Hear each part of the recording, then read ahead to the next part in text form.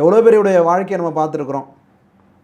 சும்மா ரோட்டோரமாக இருந்தவனை கூப்பிட்டு வச்சு ஒரு பாட்டு பாட சொல்லிலாம் இன்றைக்கி வந்து எவ்வளோ ட்ரெண்ட் ஆகிருக்காங்க. ஆமாம் ஆமாம், மணி வித்துட்டு போனவங்க இப்போ ஹீரோயினாக பண்ணுறாங்க அவங்க.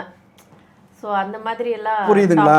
ஆனால் மேக்கப் போட்டு அழகுபடுத்தி தன்னை வந்து அழகாக காட்டுறதை விட அழகாக காட்டுறாங்க.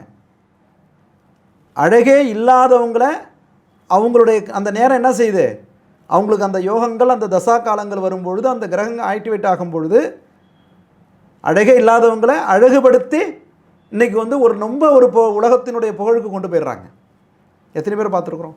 வயசும் கூட சொல்லலாம். ஏன்னா பறவை நானே சொல்கிறேன், பறவை முனியம்மா எத்தனை வயசில் அவங்க வந்து சினிமா துறையில் வந்து புகழ் அடைஞ்சாங்க இல்லையா? அதனால் இதுக்கு இந்த இடத்துல என்ன சொல்ல வரேன்னா, ஒருத்தவங்க வந்து புகழ் அடைகிறதுக்கு சினிமா துறையில் வந்து ஜெயிக்கிறதுக்கும் அது உள்ளே வரத்துக்கும் இப்படிலாம் நம்மளை வந்து நம்ம திறமையை வெளிப்படுத்தணுங்கிறதுலாம் கிடையாது. அதுக்கான கிரகங்கள் அங்கே ஆக்டிவாக இருந்ததுன்னா யாராவது ஒருத்தவங்களுடைய தூண்டுகோலை கூட ஒருத்தவங்க எடுத்து கொண்டு உள்ள விட்டுருவாங்க.